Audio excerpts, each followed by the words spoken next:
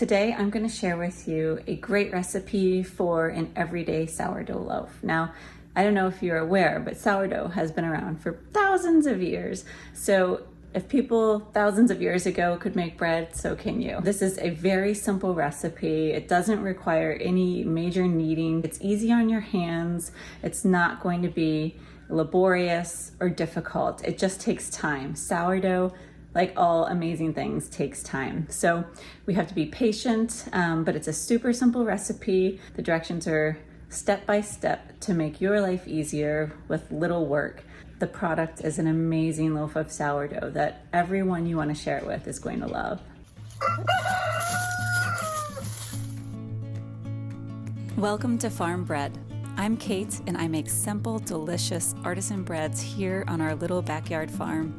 Making bread doesn't need to be complicated. Do not overthink it. Trust your instincts, take some risks, and have fun in the process. And always remember, beauty is in the eye of the beholder. Today we're going to be making a double batch. So that would be 2 loaves. You can see my starter. It's nice and bubbly. So now we are going to add 100 grams of active bubbly starter.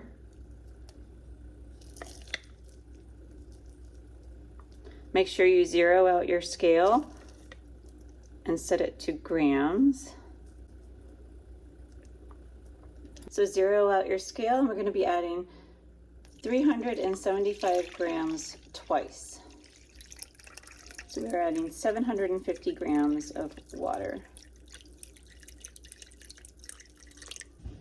Now you can use your Danish dough whisk, a fork, whatever you have. You can use that to just stir the starter and water together.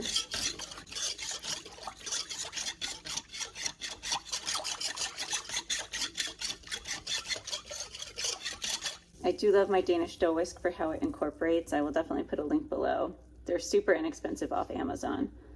Now we are going to be adding our flours. I'm using a high protein bread flour from Janie's Mill. It's an organic flour. I highly recommend organic flours for their quality, also for their health reasons. You know that there's not going to be any pesticides or chemicals, herbicides.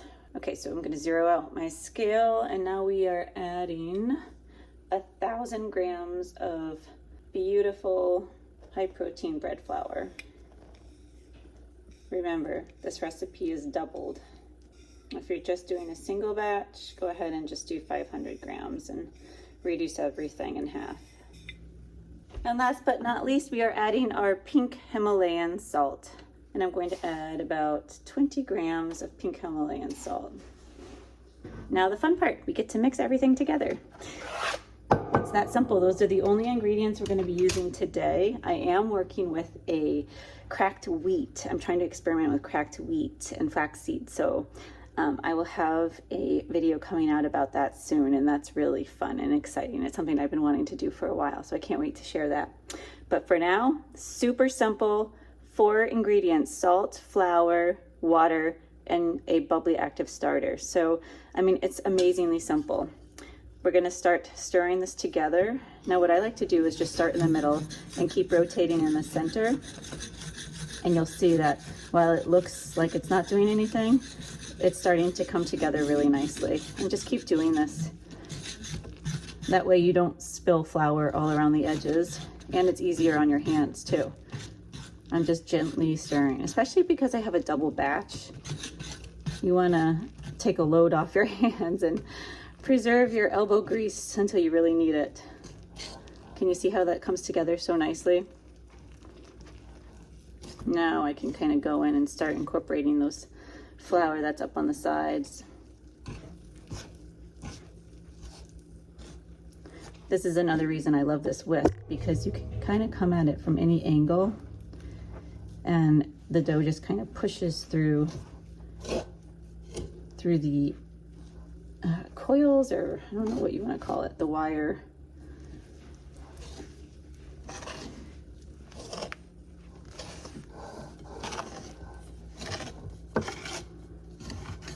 You can kind of turn the bowl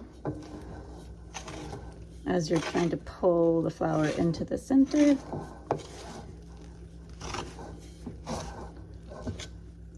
Sometimes I just kind of push down to incorporate what's at the bottom.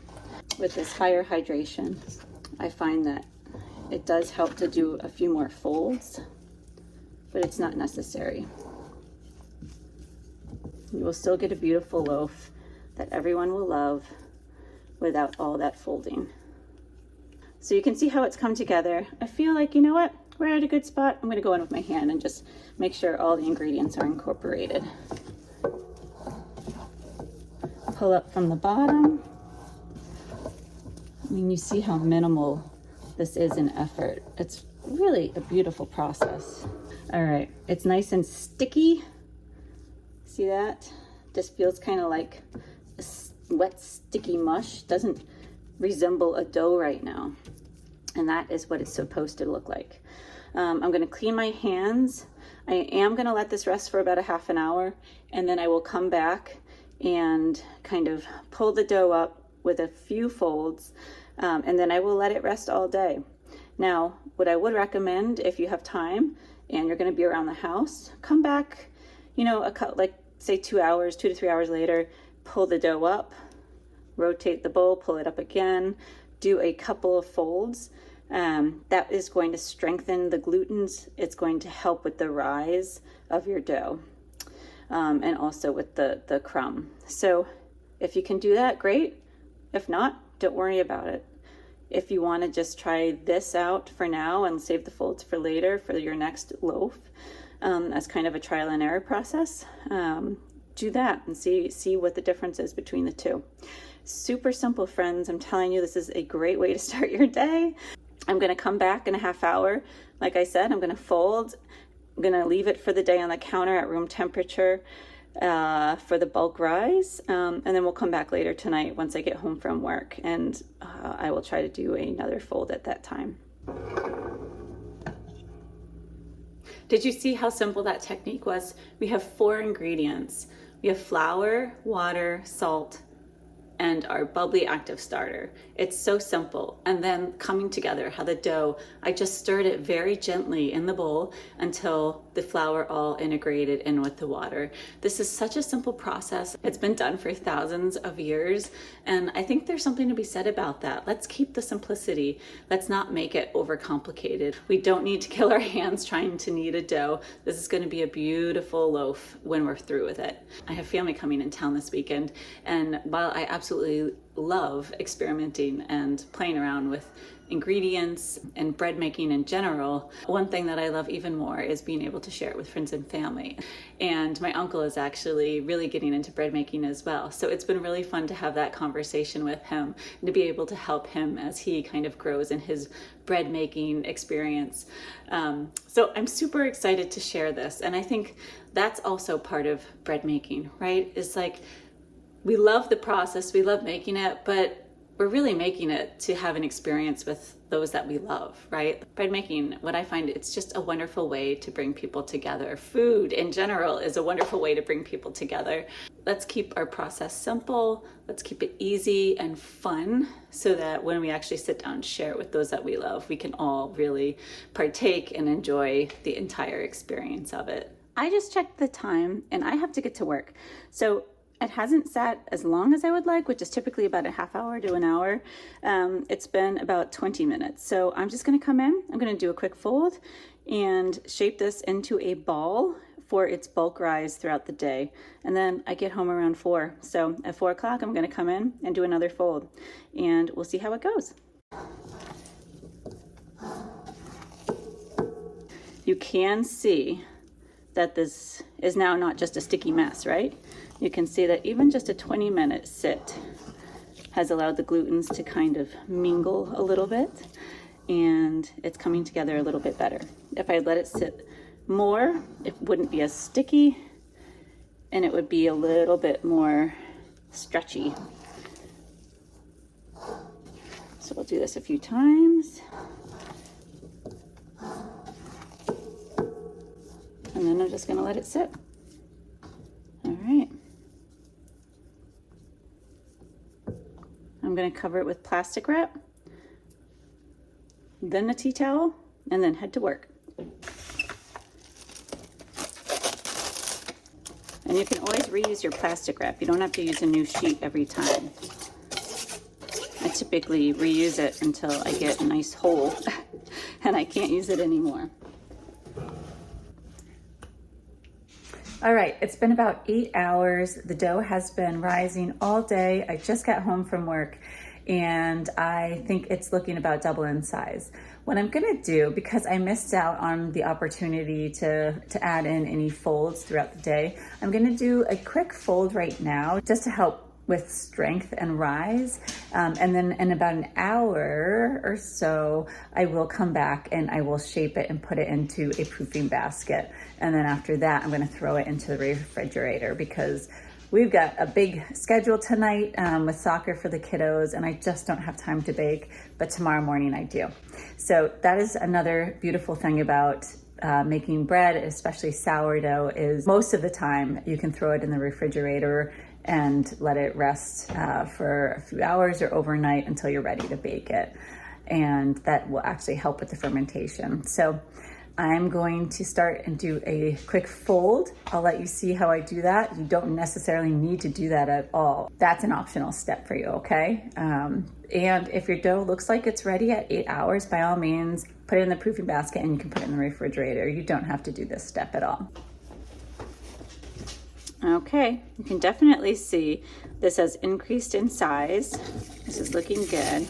And I see some bubbles as well. So now with clean hands, I'm just gonna go in and do some quick folds.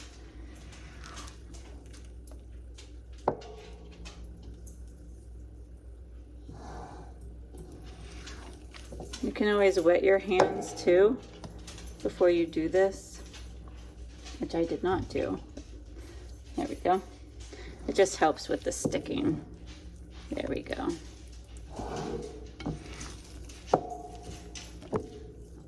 Okay, so you're just kind of lifting up, see some air bubbles, and laying it back down. Gently, gently, gently. All right, there we go. Okay, that's all I'm gonna do. Then I'm going to cover this again. I'm gonna let it sit for about another hour, hour and a half, and come back and I will put it into my proofing basket. I always like to put some water around my bowl to help the plastic wrap stick. So I'm covering this. And then I'll come back in an hour. All right, we are back. It's been about an hour, so I'm gonna take the cloth off. We're gonna get ready to put our dough into the proofing basket. So I'm gonna put this aside. One thing that's very important is we always wanna use enough flour in our proofing basket, especially for a high hydration dough. I definitely wanna make sure that we have a lot of flour so that there's not going to be any sticking. You just kind of hit it. Lots of flour.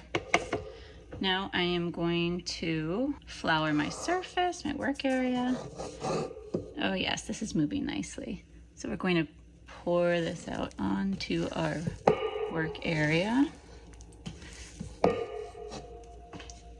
And I am going to have a look. I'm going to separate this a little bit. Try to turn this into 2 because remember we did double our loaf. So push it down a little bit. You can always get your fingers wet while you do that. Okay. And I'm eyeballing it right now. And I think that will be fine. So I'm just going to shape these now.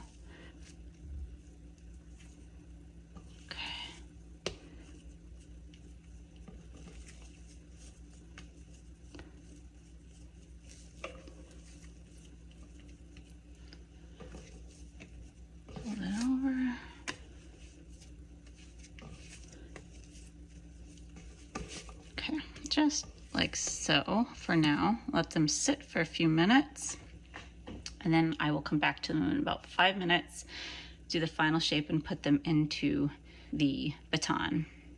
All right, we are now ready to shape these for the proofing basket. So I'm just gonna sprinkle some flour.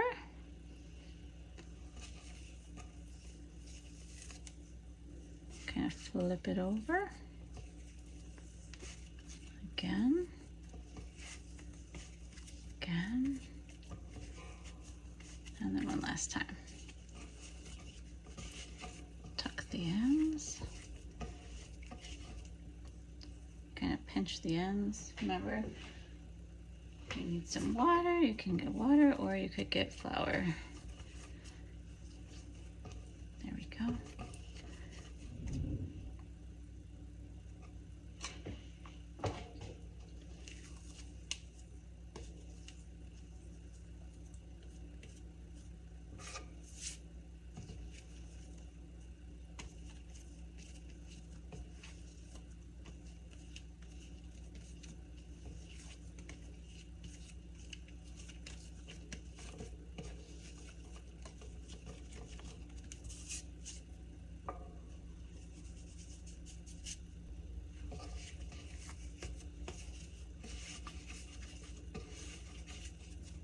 Kind of roll it towards you a little bit, which tightens the shape. Pushing it under and rolling it. Now, one thing I didn't mention was that I use an oblong shape, and I also use oblong bakers. So that's why I always shape like this. I love it because I can slice it like sandwich bread and use it for sandwiches or whatnot. Now, I generously floured my proofing baskets.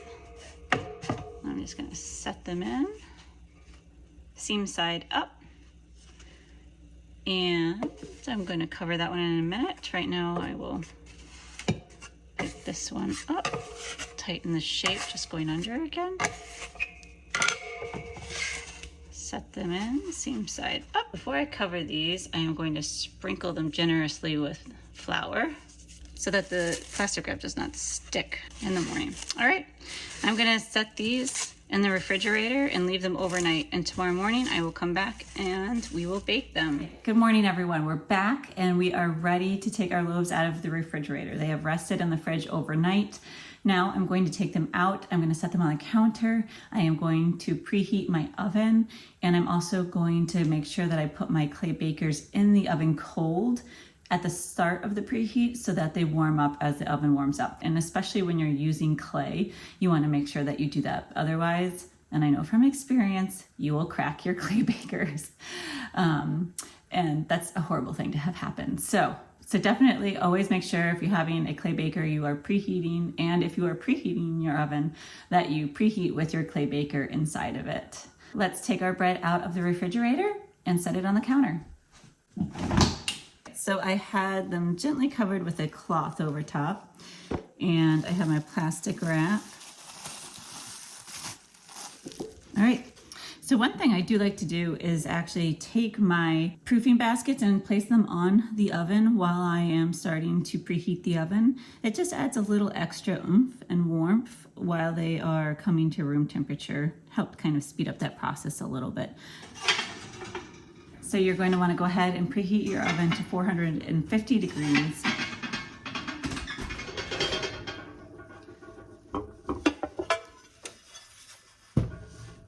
All right, friends, welcome back. I'm taking our pans out of the oven. They're nice and warm. I'm sprinkling the top of our loaves with a lot of flour so they don't stick. And I'm going to pour them into the pan.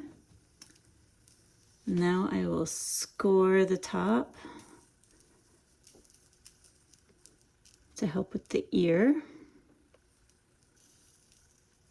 Does it so nice and smoothly when it's been cold. These loaves have sat out for about an hour and a half. They are not totally at room temperature. Next one, flour your loaf, plop it in. Score the top.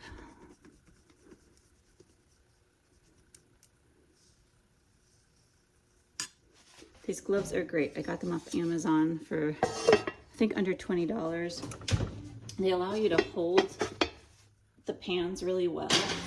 I'll put a link below in the description, but they are fantastic. They're pretty inexpensive off Amazon, under 20 bucks, I believe, and they work really well in terms of having flexible hands while you're trying to take your pans out of the oven and then you want to grab the lid and remove it. Sometimes mitts can be kind of cumbersome and bulky. They are great, and like I said, I'll definitely put a link below for you if you want to check them out on Amazon. So I've put our loaves in the oven. You saw I used plenty of flour to put on top of the loaves before I put them into the clay baker.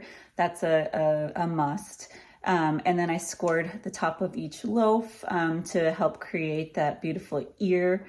And lastly, I put them in the oven. They are baking at 450 degrees covered. At the 20-minute mark, I will take the lid off and then let them bake for about 30 more minutes, 28 to 30 more minutes in the oven uncovered. So I just took the lids off the loaves. I want you to see how they are looking right now. So they are looking beautiful. We've got two beautiful loaves that are ready to come out of the oven.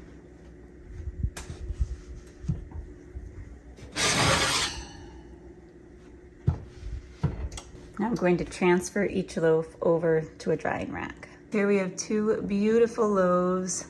They're going to cool for about an hour, and then I will dig in and show you what the crumb looks like. You can see they have a beautiful ear, and they make your home smell absolutely delicious. These loaves, they look amazing, right?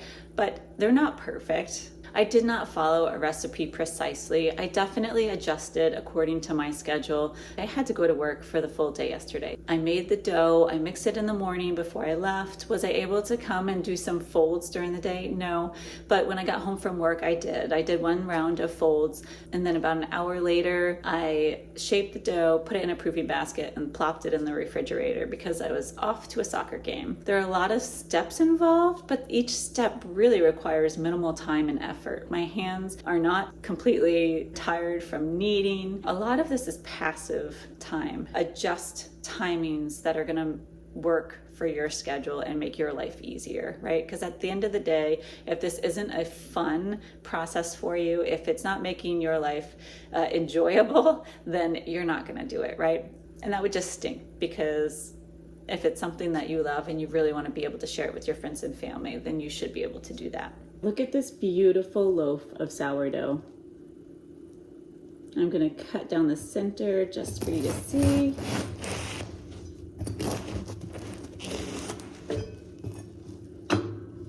But here we go. Look at that. I will clip a slice for you.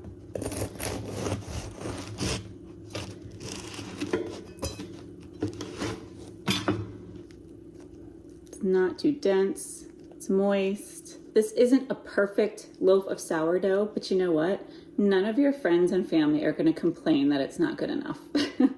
Okay, this was super simple to make. You saw the steps. We did it on our own time, and we produced a wonderful loaf of bread. Bread making should be about the simple pleasure of making bread and then enjoying it with the ones you love. The fact that I can fit this into my daily schedule is really like just a weight off my shoulders, because I'm still being able to do things that I love to do amidst everything else going on in my life. And I hope that through this video, you are able to do that too and figure out a way that you can take bread making and fit it into your schedule and into your life, so that ultimately you're healthier, you're happier, and you're sharing with those you love. If you're enjoying this content, please like and subscribe. Definitely check out my description. I have affiliate links listed below where you can find some of the tools that I use and recommend. Again, I only recommend tools that I use and I love. I love listening to your feedback and your success stories. If you did not have a success story, let me know, and I will definitely try to help you through the process.